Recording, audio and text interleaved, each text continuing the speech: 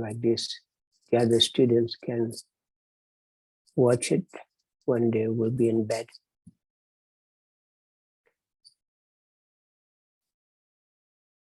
Namo Vishnu Padaya Krishna Prestaya Bhutale Srimati Bhakti Vedanta Swami Iti Namine Namaste Saraswati Deve Gauravani Prasharine Nirvishesha Shunyavadi Pashata Deshatarine.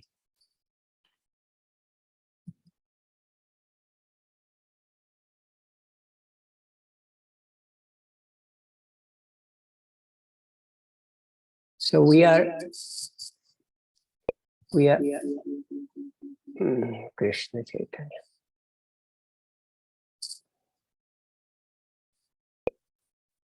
We are eternally indebted to Srila Prabhupada because at His mercy, we can learn how to serve Krishna with love and devotion. And He taught us not just by giving the translations and the purports of the scriptures, but He also practiced by His own, gave us His own example in practice. He gave us the Nectar of Devotion, which is the summary of the Bhakti Rasamrita Sindhu, compiled by Srila Rupa Goswami under the guidance of Sri Chaitanya Mahaprabhu. Sri Chaitanya Manobhistam Stapitam Yana Bhutale Swayam Rupa Kadamayam Dadati Svapadantikam. Srila Rupa Goswami was the leader of the 6 Goswamis of Vrindavan, very famous, who discovered so many holy places in Vrindavan and wrote so many books on the science of devotion by following the instructions of Sri Chaitanya Mahaprabhu. As you know, Chaitanya Mahaprabhu is none different from Radha and Krishna. He wanted to taste the highest bliss of devotion by imbibing the mood of Srimati Radharani. That's why he came to the material world.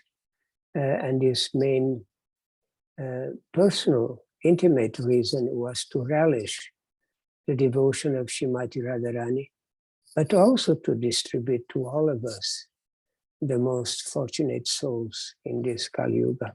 Jai Shri Krishna Chaitanya, Prabhu Nityananda, Shri Advaita Gadadhara, Shivasadi Gaura Bhakta Vrinda. Hare Krishna, Krishna Krishna, Hare Hare, Hare Rama, Rama Rama, Hare Hare. Nana Shastra Vicharanaika Nipuno Sadharma Samstapako Lokanam Hitakarino Tribhuvane Manyo Sharanya Karo Radha Krishna Pada Ravinda Bhajana Nandena Mataliko Vande Rupa Sanatano Raghuyugo Sri Jiva Gopalako. We offer our respectful obeisance unto the 6 Goswamis, namely Sri Rupa Goswami, Sri Sanatana Goswami, Sri Raghunatha Bhatta Goswami, Sri Raghunatha Das Goswami, Sri Jiva Goswami, Sri Gopala Bhatta Goswami, who are very expert in scrutinizingly studying all the revealed scriptures with the aim of establishing eternal religious principles for the benefit of all human beings. Thus, they are honored all over the 3 worlds, and they are worth taking shelter of, because they absorb in the mood of the gopis and are engaged in the transcendental loving service of Radha and Krishna.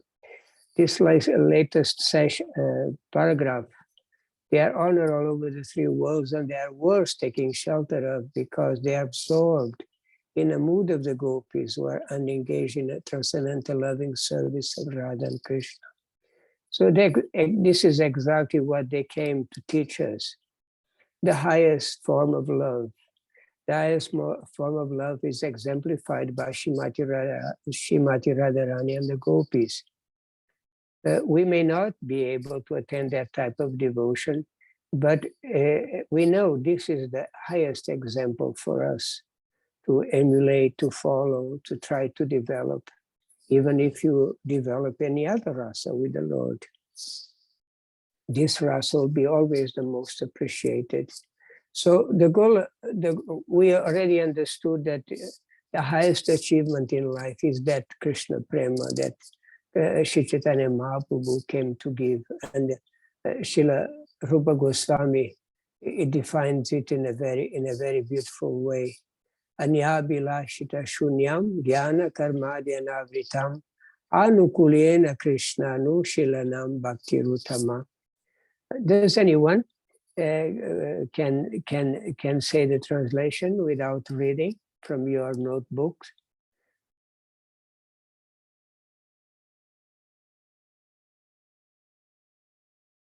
Bhaktirutama, this is pure devotional service, is anushilanam, is an activity, anukulyena, intended, favorable to Krishna. Anyabhilashita shunyam is free from any material motives and not covered by jnana, karma, or any other things like yoga. Jnana karmadyanavritam. Your devotional service is an activity intended to please Krishna with ulterior motive and not covered by philosophical or fruitive pursuits. This definition is not overly exclusive. It means it's not just for Krishna. Krishna means Krishna's expansions, incarnations, most particular for us, Krishna's devotees, and the holy places. And it is not also overly inclusive, does not mean it includes everyone and everything. Though we know that everything is coming from Krishna.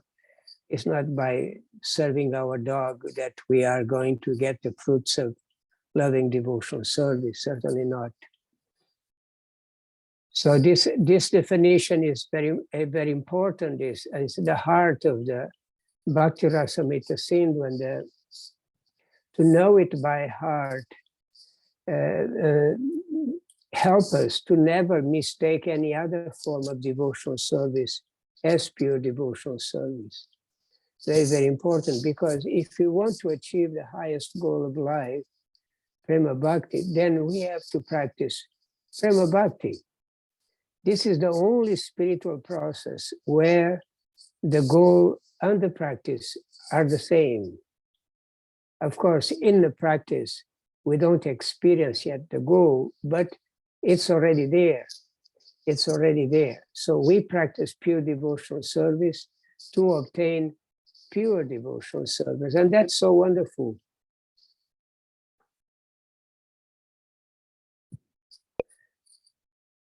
That's so wonderful. So we will continue. Even when you go back to the spiritual world, this is what we will be doing. We are doing now in practice, and you will be doing in perfection. So remember, it was a need of receiving a special mercy from a devotee in order to become a candidate for pure devotional service. And we heard about Agyata Sukriti. Anyone remembers what means Agyata Sukriti? We are not many of us today, so maybe you can just turn on your microphone, and any one of you, what you understand by Agyata Sukriti? That we need to have a piety. No, does not mean that. Agyata Sukriti. Agyata Sukriti. Anyone else? Shamasundar, can you help?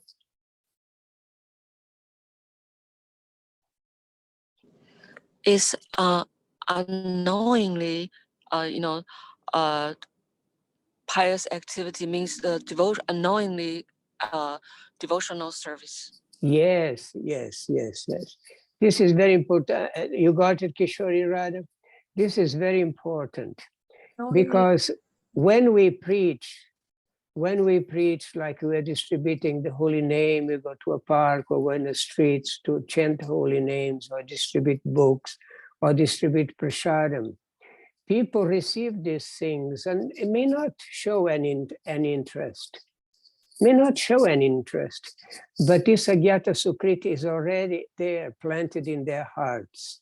Is a kind of piety that eventually is going to sprout into a desire, an attraction for devotional service. So that's why we don't understand exactly why we became attracted. And so many people, our friends and other people who also came in contact with Krishna consciousness, they did not become attracted. Why did we become attracted? The mercy is available to everyone. But the thing is that maybe we already, and quite probably we already practice some devotional service unknowingly. Unknowing means agyata, without knowing that we are doing devotional service, but still we did. So create that type of piety. Yes, that type of piety is essential for devotional service. And to help us, we have the three types of piety, you know. Bhogan, Mukhi, Sukriti. Anyone remembers what kind of Sukriti or what kind of piety is that? Anyone? What kind of piety means Bhoga Unmukhi Sukriti? You know what means Bhoga? Huh? You know. It's pious activities that bestow material opulence. That you are reading from the notes. Yes. straight from the notes. Too good to be coming from your memory. Bhoga means sense enjoyment. That's what we offer to the Lord. Why we don't touch a preparation that is not offered to the Lord? You say, don't touch, it's bhoga, it's not prasadam. Bhoga means sense enjoyment. That bhoga is meant, we should not get. So bhoga means sense enjoyment. So it's a piety that allows us to have better material enjoyment. It's like giving charity, open hospitals, you know, or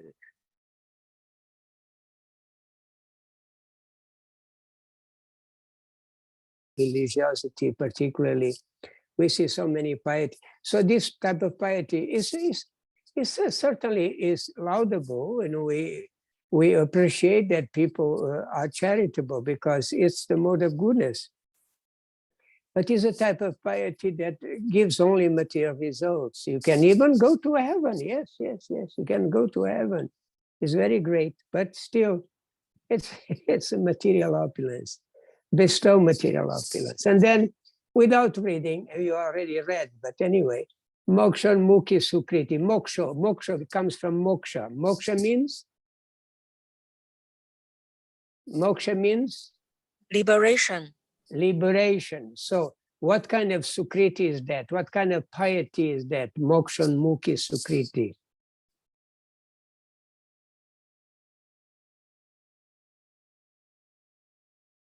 Anyone? What kind of piety is this one? The other one, it gives us material opulence. This one gives us a chance of getting moksha. Pious activities that enables us to merge into the existence of the Supreme, get moksha, liberation. So we are not interested in any of these two types of piety. What concerns us and what eventually creates an attraction for devotional service is this. This is the Bhakti Unmukhi Sukriti. That's the piety that we try to instill in the hearts of others, that awaken the dormant Krishna consciousness. Dormant, why we say dormant? Dormant Krishna consciousness. We already spoke something about the nature of devotional service, that it's not really a practice. Sadhana is not really a practice because pure devotional service is already there in the heart, is dormant, is not awakened. So this piety eventually awakens. So we are in a process of awakening, awakening to our pure loving, our pure Krishna consciousness. We are in a process of awakening, but we are already in the process. Others are still sleeping very, very, very deeply. And we saw what was the essence of sadhana bhakti. Why do we practice? What is the essence? The most important, not why we, but what is the essence? What is the most important aspect of sadhana bhakti? What is the essence of sadhana bhakti? Anyone remember? To awaken. Always remember Krishna. Never. No. That's particular for Vedi sadhana bhakti. Yes, that's for Vedi sadhana bhakti. But this here is sadhana bhakti in general, including the two, Vedi and Raganuga. The main, anybody else? Yeah, always close. To help us develop our skills. Yeah. We don't develop any skills by practicing sadhana bhakti. Any other practice we have in the material world is to develop skills, but sadhana exactly is something that is not meant to develop any skills. No, it's to fix the mind on Krishna. The goal of sadhana is to fix our minds on Krishna. That's why our sadhana should not be mechanically, should not be practiced mechanically. Because mechanically, what do we intend by mechanically practice? Does anyone can explain what do you understand by mechanically practicing?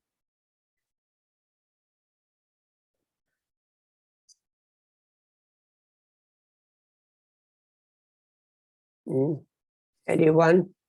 What do we understand by feeling? Say it. Without feeling. Without feeling, yes.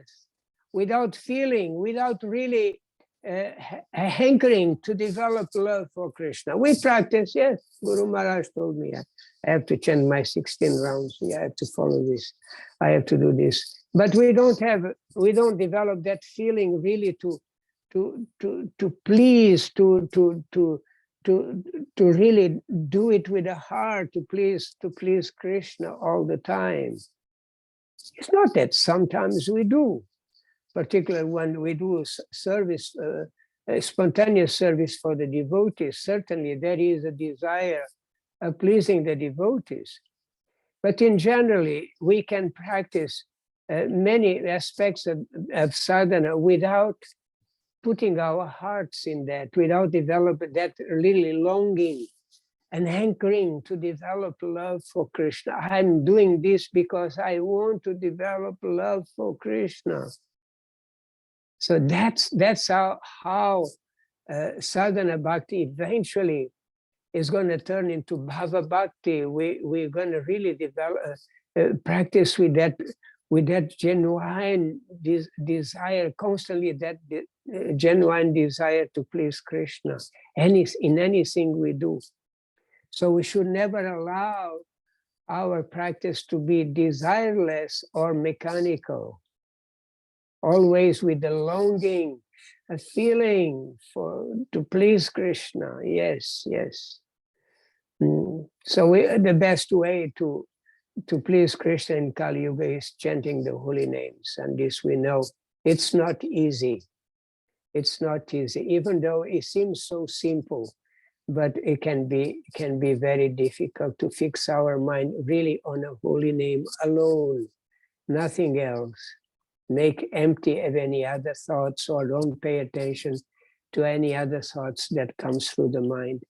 Yes, and then the essence of Vedi Bhakti, that was Shyamasundar said, always always remember Krishna and never forget Krishna. Always remember Krishna, never forget Krishna. Why is this the essence of Vedi? Because Vedi means rules and regulations. There are so many rules and regulations, so many things we should do, so many things we should not do. And if you know all the do's and don'ts, you will faint, because there are so many things that Srila Prabhupada didn't even mention, because it would be too much for us.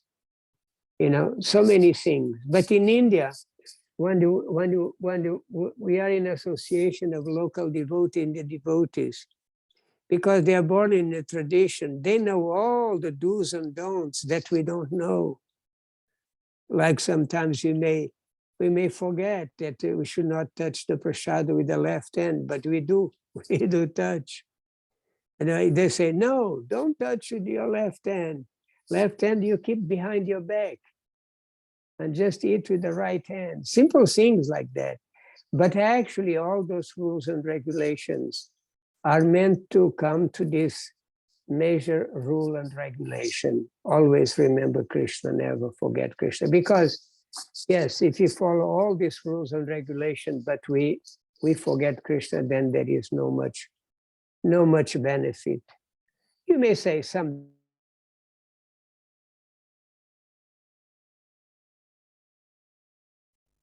So then we mentioned about the 3 grades of eligible candidate, people who are candidates to practice devotional service. And we mentioned the Uttama. Remember the Uttama? Uttama, his faith is very strong, is very convinced and can convince others. Very strong faith, very convinced and can convince others. This is very high. And his knowledge is also very strong and can defeat any opposing opinion. So this is very high candidate for devotional service. And then there's a middle class, Madhyama. And there we should be at least try to get to this stage of having a strong, convinced faith and a good understanding of knowledge, even if you cannot always defeat others' opinion, opposing opinion. But at least this is already a very good stage. And the lowest stage is Kanishta, or neophyte devotee. His faith is weak, is easily swayed, and his knowledge is also weak. He cannot offer any arguments to opposing opinion. So this is in the beginning. Most of us, we begin like this, and you may remain like this for a long time. Neophytes, it's recommended to improve ourselves by having good association with devotees who have stronger faith and a higher understanding of the scriptures. It's recommended that we associate with them and we study more the scriptures to develop, to come to the second middle platform. So in this platform, even though their faith is weak and their knowledge is weak, still we should not minimize a neophyte devotee. Understand? Never think, oh, it's just a neophyte, it's a kanista. No, it's a candidate for pure devotional service because he has faith in the object. What means to have faith in the object? Can anybody give a definition? What means to have faith in the object? What is the object of practicing sadhana bhakti? What is the object? Why we are practicing sadhana bhakti? Pure devotional service is an activity intended to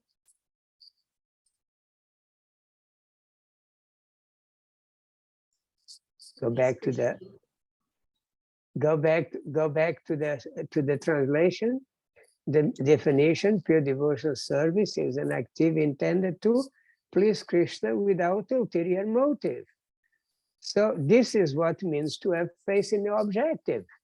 Means to have a conviction to have that strong conviction that the goal of life is to please Krishna and abandon, give up all other desires.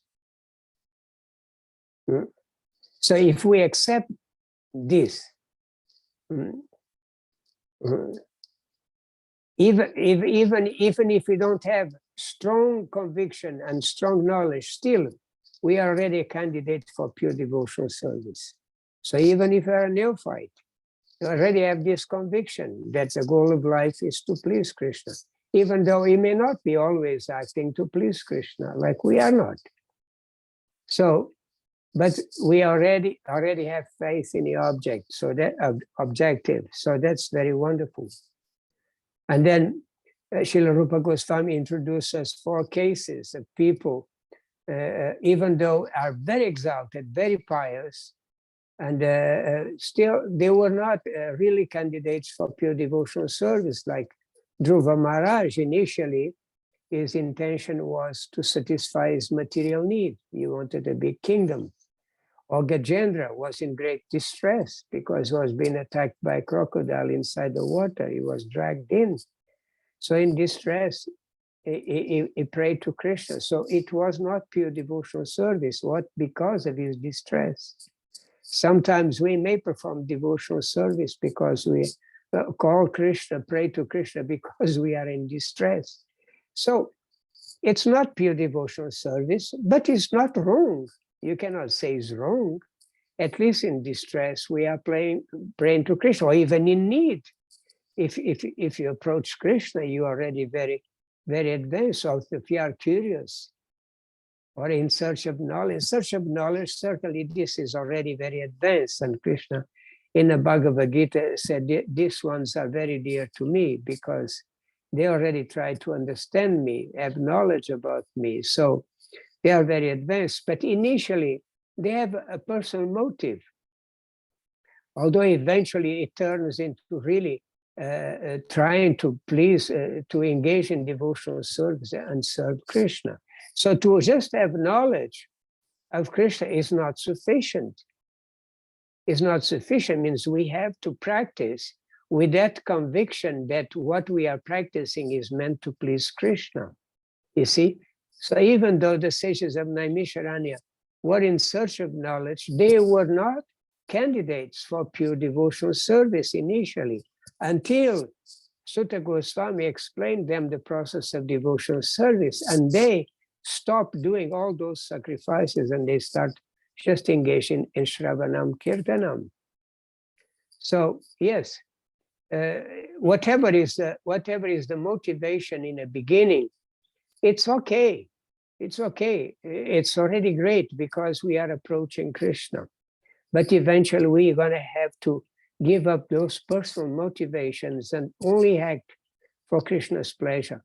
That's why I keep repeating again and again in every session, we repeat the translation, because unless we know the translation, the meaning of what means pure devotional service, because we can at any moment think that we are doing pure devotional service, but we are not.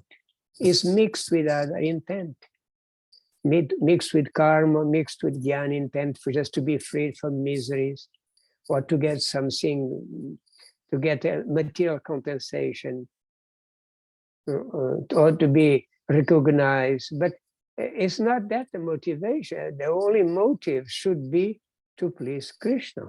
No other personal motives, only to please Krishna. So it's for Krishna. Chapter 4, I don't know if you review it, it's explaining how pure devotional service it surpasses all forms of liberation. There's a nice quote: as long as we are, a person is materially inclined or desires to merge in the spiritual effulgence, one cannot enter in the realm of pure devotional service. This is very important because we may have this desire to just be free from material existence, just be enter be part of the spiritual energy of the Lord. But if that desire comes in, then we cannot have pure devotional service. Shukadeva Goswami said, Any person whose heart is attracted by the transcendental qualities of the Supreme Personality of Godhead, Madhusudana, does not care even for that liberation which is aspired to by many great sages, what to speak of material opulences.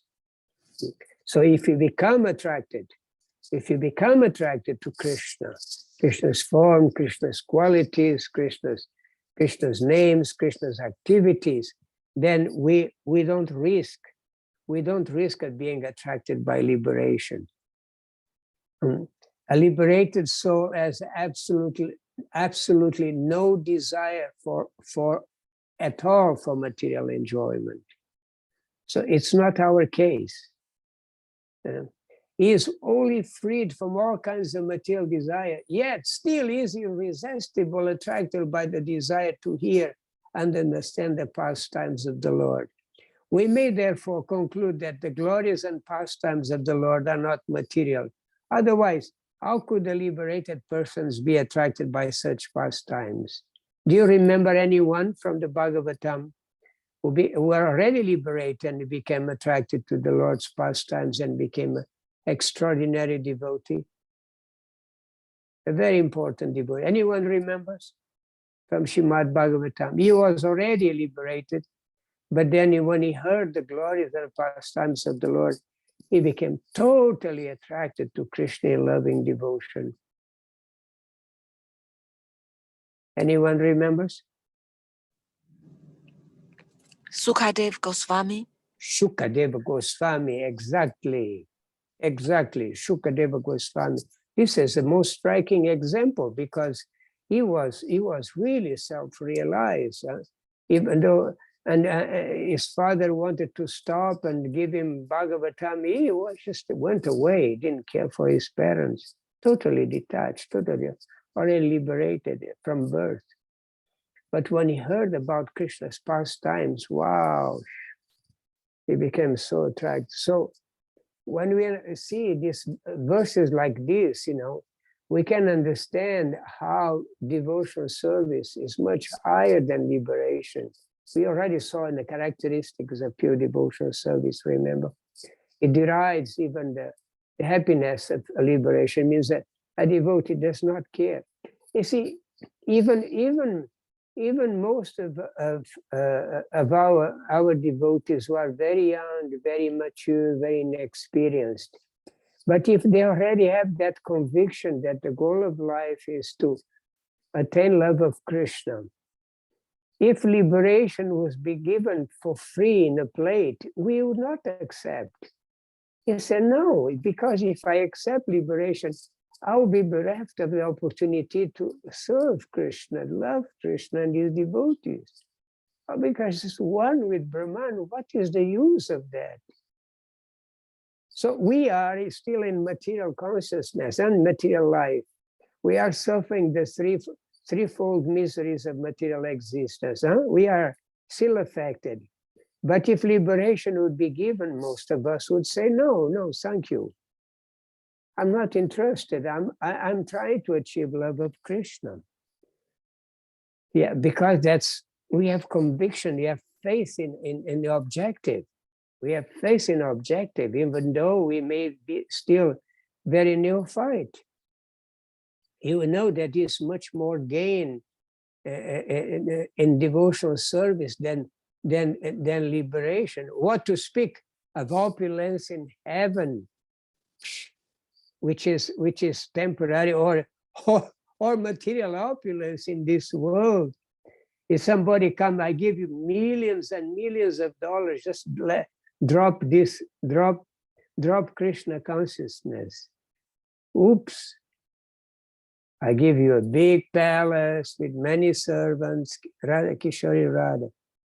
A big palace with many servants, a wardrobe with beautiful clothes, a beautiful car with the driver to bring wherever you want. You have your private plane. You can travel to any country you like. Just you need to drop. Don't chant anymore. Stop your practice of devotional service. Say, well, forget it. Forget it. What do I want all this material opulence? What is the use? You cannot be happier than what you are supposed to be happy by your karma. And whatever happiness we get because of our karma is temporary. We already saw so-called material happiness, just a source of misery. So we are not interested in material happiness because we are not even interested in liberation. We want to love Krishna. We want to be with Krishna and his devotees, go back to the spiritual world. So there are 5 types of liberation. And the first one, that's the one that devotees do not accept. To become one with the Lord means to lose one's individuality, which means to lose our opportunity to serve Krishna, because unless we are individuals, we cannot serve Krishna, because Krishna is the supreme individual. We have to have individuality in order to exchange with each other. But if you lose individuality to become just one with the existence of everything, then where is the opportunity for loving relationships with Krishna and his devotees? Oh, boring. So to become one with the Lord, I never understood this, to become just situated in Brahman, be there, part of the supreme energy, and totally oblivious that others are around you. You are not aware of others who attain the same type of liberation, and everyone has this concept that I am the one. All individual, no form, no qualities, no activities. Oh, boring, boring, boring, boring. So going to Brahman must be really very boring. So this is a type of liberation we should never be attracted. This one, it's okay. We could live in the same planet as the Lord, like some devotees may go to Vaikuntha. We can go to Vaikuntha and have the same, live with the same opulence of the Lord, even have 4 arms like the Lord.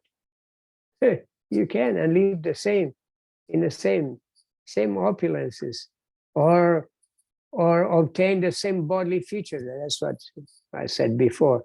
To have also 4 arms and be bluish color and the helmet and everything almost look like the Lord, like the inhabitants of Vaikuntha. Yeah, you can also have this type of liberation. Is bona fide. Or they have the same opulences of the Lord, live in the same palace with the Lord, eat the same food, benefit of the same facilities as the Lord. It's also a bona fide form of liberation. Or to have a constant association of the Lord, like Lakshmi Devi is always in association of the Lord. It's also bona fide. So they are not against devotional ideals, but the devotees do not really desire these 4 types of liberation. Some devotees who attain this type of liberation, they eventually can develop affection for Krishna and be promoted to Goloka Vrindavan. Can. From Vaikuntha, a devotee who has attained Vaikuntha and any of these 4 liberations that we mentioned, to live in the same planet, to have the same bodily features, to have the same opulences, to have always association of the Lord. So they can, from Vaikuntha, they can become attracted to Krishna by hearing about Krishna from the devotees, and they can go to Goloka Vrindavan. But once they go to Goloka Vrindavan, they don't want to go back to Vaikuntha. Even Lakshmi Devi, she wanted to join in a rasa dance with Krishna. She desired to do that, even though she's in association with the Lord every day. But she desired to enter in the rasa dance, but she was not allowed because she forgot that she had to be a village girl, dressed very simple in order to participate in that type of pastime with Krishna. Krishna is a coward boy, and the girls are coward girls. And he went there with all the opulences of Lakshmi Devi. So, oh, hey, what are you doing here? This is not your place. She was not allowed. Of course, she's there in the form of the gopis, in the form of Srimati Radharani. She's present, but in her form as a consort of Lord Narayana, she cannot enter in the pastimes of the Lord. In that same mood, cannot enter. So you have to develop the mood as the inhabitants of Vrindavan, like see the coward boys. They live the same lifestyle as Krishna. They play with Krishna and take lunch with Krishna. So they live a very simple life. We don't see them. They are dressed, yes, very beautifully. They have no shirt. They have garlands, yes. They collect flowers from the forest and they decorate themselves with color minerals, and they make themselves very attractive. But it's all very natural. It's no particular opulence. Actually, it's the highest opulence, but not that opulence that we are used to hear about, like Lakshmi Devi have all the opulences, the golds and this and that. So these boys are very simple, and they serve Krishna very simple. They even play with him. So this is a type of liberation that we want to achieve. To be with Krishna. We are not interested in all 5 forms of liberation. To be with Krishna, that's what. So the whole kinds of devotees of the Supreme Lord, the person who is attracted to the original form of the Lord in Vrindavan, Krishna, is considered the foremost, the first-class devotee. And such a devotee is never attracted by the opulence of Vaikuntha or Dwarka. Even Dwarka is so close to Vrindavan. No, they are not attracted. They are only attracted to love Krishna, to serve him with loving devotion. So such a person who has such type of bhakti, he has no other desire. So that's why hearing about this, the super excellence of pure devotional service, it inspires us to eliminate any impediments to awaken this type of devotion. That's why it's very nice. And Srila Prabhupada was always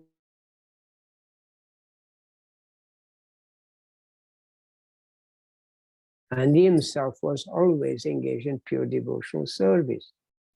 And what about the purity of pure devotional service? This is chapter 5. Usually, in other forms, other spiritual forms, there are some requirements, like Jnana Yoga to attain liberation.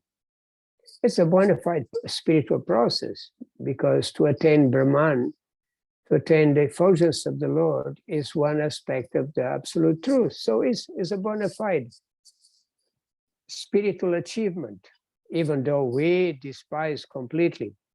In order to practice Jnana Yoga, you have to have a very peaceful and renounced nature, and very, very high intelligence.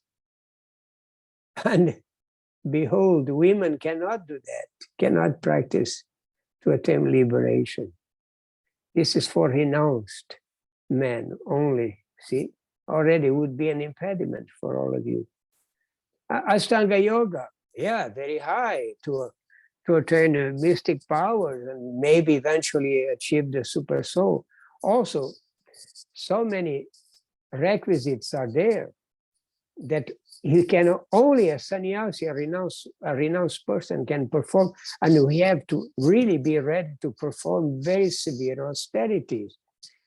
Most of us we cannot do. Karma kanda, even karma kanda, to achieve material benefits. So many external circumstances are required. If you perform karma kanda sacrifices and you are not careful about the time, the place, the ingredients used in a fire sacrifice, your fire sacrifice will not bear the result. We don't compare with the fire sacrifices we perform. We perform fire sacrifices very simple, and the goal is to please Lord Vishnu in the case of a marriage or birth ceremony, name giving ceremony, or initiation.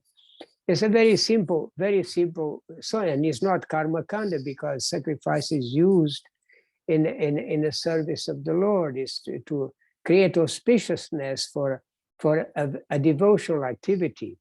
But here, karma kanda, the sacrifices are meant to obtain material benefits. So they have to pay attention to all these things: time, place, ingredients, everything has to be without any fault. Otherwise, no result. Only Bhakti Yoga is completely pure and independent of any external requisites. But there are also other requisites like good birth, purity, good birth. Good birth, to practice other things, other spiritual paths, you need to have good birth. Be born already in a family who has already a tendency for renunciation. So at least a very educated family, because if you need to have a good intellect, it means you better be born in a family that is going to give you a very high education. And not be born in a low family where from the very beginning we learn bad things. So good birth means in very Vedic standard means at least be born in a family of aristocratic family, or in a family of brahmanas. But look at Prahlad Maharaj. He was born in a family of demons. And he achieved pure devotional service. And all about us. In what family did we take birth? Was probably not very exalted. Maybe a simple family, but not very exalted in terms of spiritual noble qualities. But here we are. So birth is not a consideration, or even purity. What kind of purity most of us had before coming to Krishna consciousness? Maybe some of you had. I didn't have. But even without any piety, like Mrigari was certainly not a pious person. He was such a horrible hunter. But purity is not a requisite. It's not necessary to begin. By practicing pure devotional service, we become pure naturally, just by the practice. When you take to the process, we become purified. We become purified. And to practice, to be part of the Varnashram system, practice the Varnashram system, also is not necessary to begin to practice devotional service. Narada Muni said, even if one does not execute his specific occupational duty, but immediately takes directly shelter of the lotus feet of Hare Krishna, there will be no fault on his part. And in all circumstances, position is secure. Even if by some bad association he falls down while executing devotional service, or if he doesn't finish the complete course of devotional service and dies untimely, still he is not at loss. A person who is simply discharging his occupational duty in Varna and ashram, however, with no Krishna consciousness, practically does not gain the true benefit of human life. Because if you don't achieve perfection, the next life you don't know where you're going to take birth. And Krishna says in the Bhagavad Gita, remember one of the last verses, give up all other occupations and just become surrendered to me. I give you assurance that I shall give you protection from all sinful reaction. So Krishna, take care of us. Clear everything, whatever faults we may have. It's all cleared up just by surrender to Krishna. And Srila Prabhupada said, this is very beautiful. Srila Prabhupada said in a very nice way, he said, paraphrasing the words of Krishna in this verse of Bhagavad Gita, Prabhupada said, do not hesitate. Do not hesitate. Do not consider that because you are giving up all other occupations that there will be some fault in you. No, don't think like that. Krishna give you all protection. And this was the case of Draupadi. She was thinking that, yes, let me hold this, my purity, let me keep my chastity. I should not allow myself to be undressed. But what could she do? What could she do? She was just a woman, and this was a very strong man. But once she understood that the only way was to surrender to Krishna, she was protected. And this is what Krishna says. I'll give you all protection. Don't worry. Don't worry. Just surrender to me. I'll give you all protection. So this is a very nice, these statements are very encouraging, very inspiring for us to take the process of devotional service with more enthusiasm, because it's really wonderful to serve such a wonderful person as Krishna. So the conclusion is very, very inspirational. The conclusion of what we have studied so far is that Bhakti Yoga is totally independent. It's not dependent on any other factor, and is self-sufficient. Simply by practicing pure devotional service, we get all the benefits of any other spiritual practice. And we don't need anything to help us to practice pure devotional service. Just need to have conviction and accept the shelter of a spiritual master, be guided by the devotees, and we can achieve Bhakti Yoga. And no material impediment should discourage us from the path of surrender. And there are many material impediments, we know, but they should not discourage us from our surrender to Krishna. This is very important. So the Bhakti is totally independent, is self-sufficient. If we take shelter of Bhakti, we don't need any other support. Bhakti is sufficient. And no material impediment should discourage us from taking the path of surrender. So wonderful. So wonderful. No other process can come near the process of pure devotional service. So when we think, how come I was given this opportunity to practice pure devotional service? Yeah.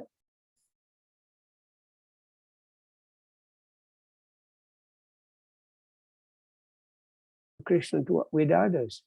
Somehow or other, we all came in contact with devotees one way or another. One way or another, we came in contact with the devotees.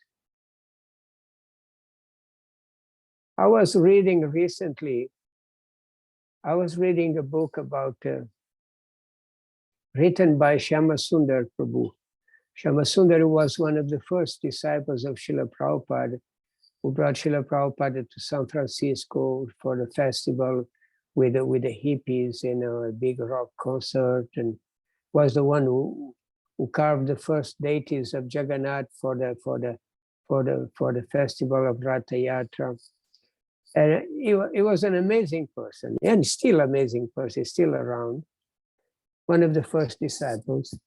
So when he became a devotee, he was already practicing, he already practiced devotional service, but at one time he was arrested by the police and put into jail because previously he had done some drug trafficking, selling marijuana.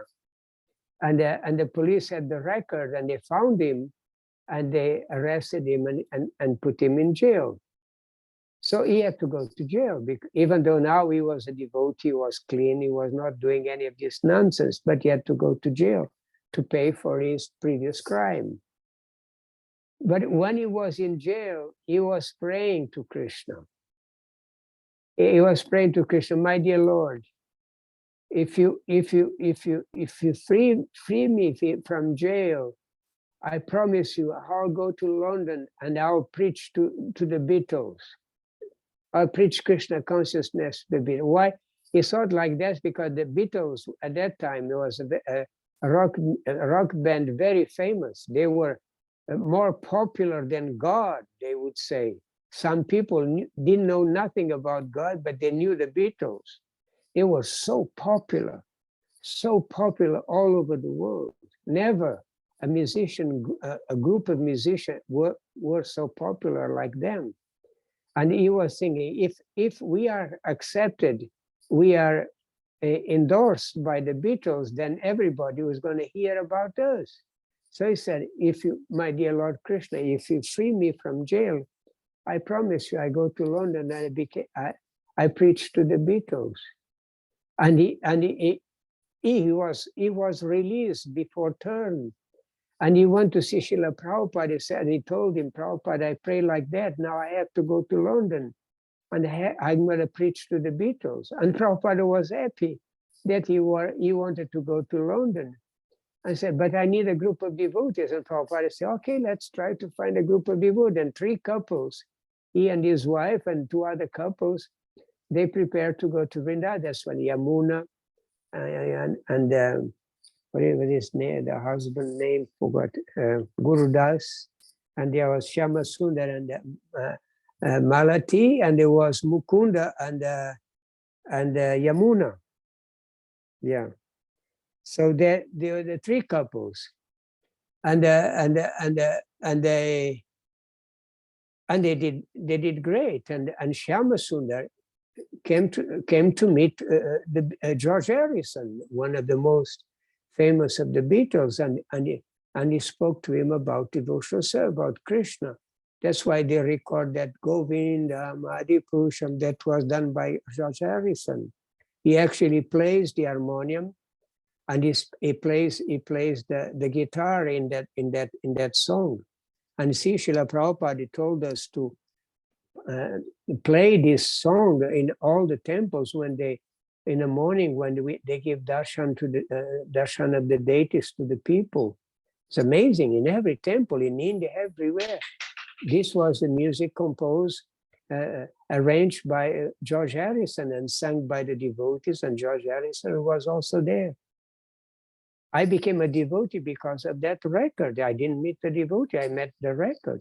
So I became a devotee by the mercy of Shyama Sundar, who were bold enough to approach the Beatles and try to make them somehow attracted to Krishna consciousness. So wonderful. So one way or another, we became attracted to Krishna consciousness. Was because of our qualification? I don't think so. For myself, I didn't find I had any qualification to practice pure devotional service. Even now, I don't feel qualified. But maybe some of you were qualified. You had already some Agyata Sukriti in your hearts. But still, that Agyata Sukriti came from the causeless mercy of one devotee, or devotees in the past. So it's all by the mercy of the Lord that we come in contact with pure devotional service. So we should really value this wonderful opportunity we have. Okay, we stop here. Thank you very much. Srila Prabhupada ki jai. Srila Rupa Goswami ki jai. Shri Chaitanya Mahaprabhu ki jai. Anyone who wants to add something, some comments, some sharing, or some question? Some sharing. I like when the devotees share something. Hare Krishna Prabhu. Yes, sir. I have a question po. Would Bhakti Yoga be still sufficient for those who are not initiated devotees? For those what? Who are not initiated yet. I cannot understand the last sentence we said. would still be sufficient practice if you are not initiated in the movement. In the what? In the movement. In the If you're movement. not initiated, Ah, if you are you not haven't initiated. taken Oh, no, shelter. you can. You can. Yeah, of course, you can practice. Of course, you can practice. Because you're already taking shelter of Srila Prabhupada, you're taking shelter of the devotees you are chanting. Yes, pure devotional service is available to everyone. Initiation, all these are part of the process of becoming more serious, committed in the process. But to begin pure devotional service, anyone, that's why the mercy is causeless, is given to others, to everyone, causeless. And we can give to other persons also. It's causeless. There's no other cause. So after, when you become more convinced about the value of devotional service, then naturally we want to have a guide.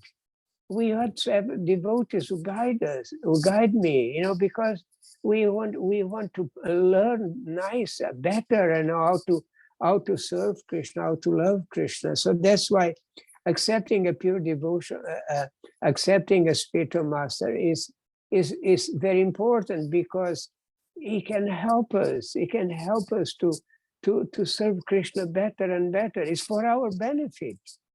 It's for our benefit. That's why you associate with devotees, because in association of devotees, we feel inspired. That's why we hear lectures, because by the more we hear about Krishna and how to serve him, the more you also feel inspired to take up the process. But we can.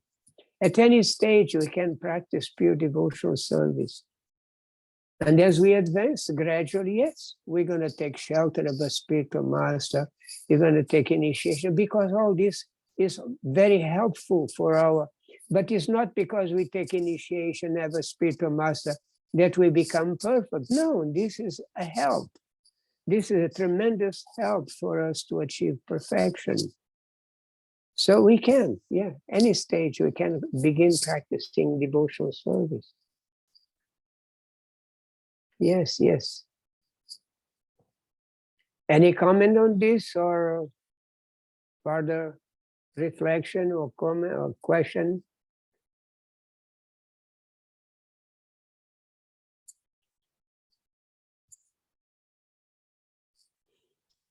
Sometimes actually, it just made me think that chanting 16 rounds as non-devotee is the same as chanting 16 rounds with those who are initiated.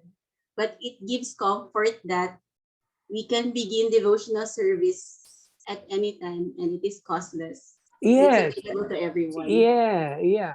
And it's not that because you are not chanting 16 rounds that we are not a devotee. Once we say the name of Krishna once, you are already a devotee. You are not a full-fledged devotee as yet, but you're already a devotee because you already chanted the name of Krishna. That's why when you go outside, we are actually making devotees. Are they going to come to the temple? Maybe this lifetime? No. Maybe it's going to take some lifetimes. Is Agyata Sukriti in their hearts. Pure devotional service is already, the seed of the practice of devotional service is already planted in their hearts, and one time is going to manifest. Like in our case, we are trying to do better now. Feel more inspired, and we are knowingly practicing pure devotional service. But it's not a question of chanting 16 rounds or not chanting 6. You are a devotee. Of course, when we take seriously the process, we really want to become very, very dedicated to the service of the Lord. Then we follow the directions given by the spiritual master. And one of the directions is chant at least 16 rounds, at least. So because the idea is to be as much as possible absorbed in chanting Krishna's names, because in sadhana, in practice, fixing the mind on Krishna is the essence. And the best way to fix the mind on Krishna, no doubt, is the chanting of the holy name. So that's why the devotees are encouraged to chant at least 16 rounds when they are initiated. Before initiation, they can prepare for that, gradually prepare. But even if they are not chanting 16 rounds, they are already devotees. It's just they are not yet initiated devotees, that's all. Whatever you are doing in devotional service, if you leave your body, whatever you did it is going to be there for the next life. Whatever initiated devotee does in this lifetime, and he leaves his body without being perfect, whatever, it will be there for the next life. So it's the same result. The advantage of being initiated is that you are properly guided it, and it becomes easier to surrender to Krishna through the process of accepting a spiritual master and follow him. Because the process of surrender means we have to obey, we have to follow Krishna's guidance. Krishna's guidance. So Krishna's guidance is not available to us directly, is available through his devotees, and the spiritual master is a devotee of the Lord. So he represents the Lord, and by pleasing the spiritual master and the other devotees, then the Lord becomes very pleased. And then our task of achieving pure love of Krishna becomes facilitated, becomes easier. It's just because of that.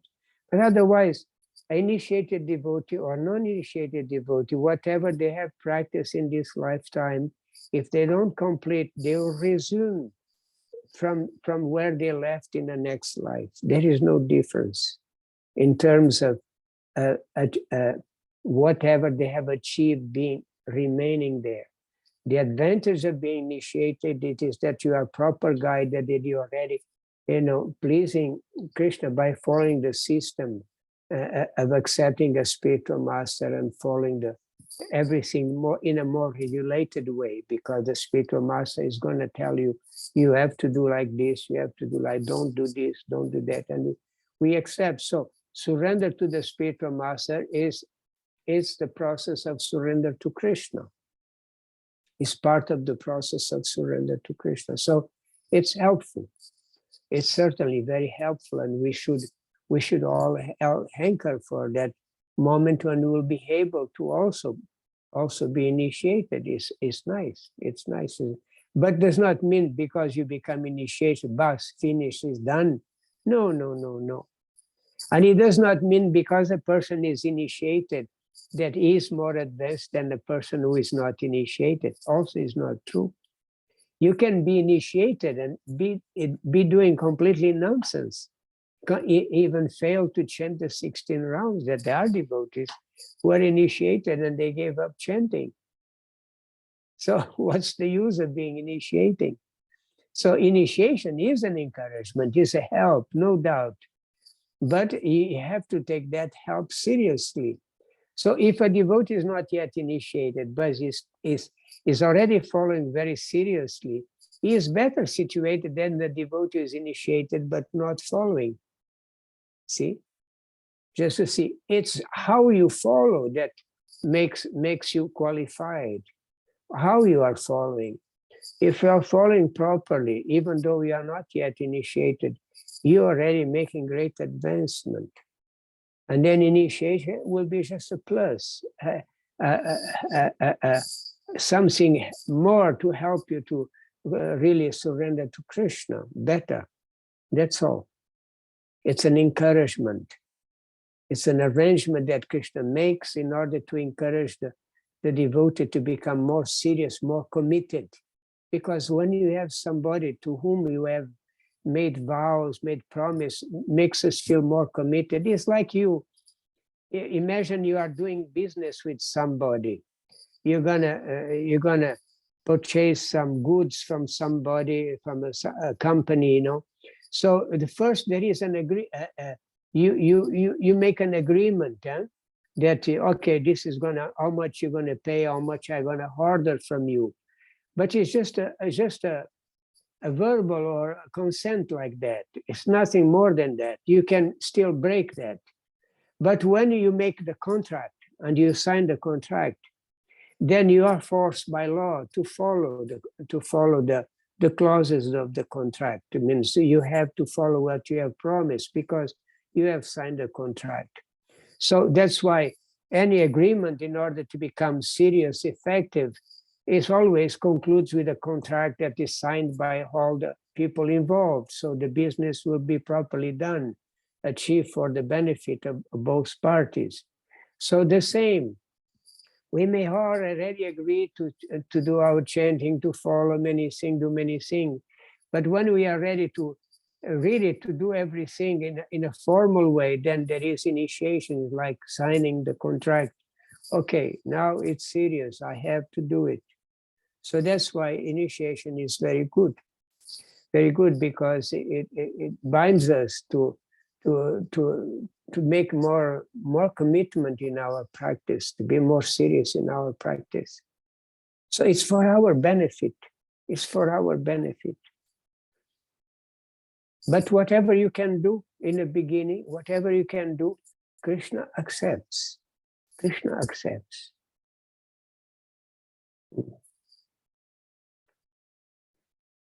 Okay, we stop here, or you have any other question or comment? No more Ashu. Thank you, po. Thank you. Okay. So thank you very much to all of you. Srila Prabhupada ki jai, Nitai Gaura Premanande, Hari, Hari, Hari Bo. Thank you.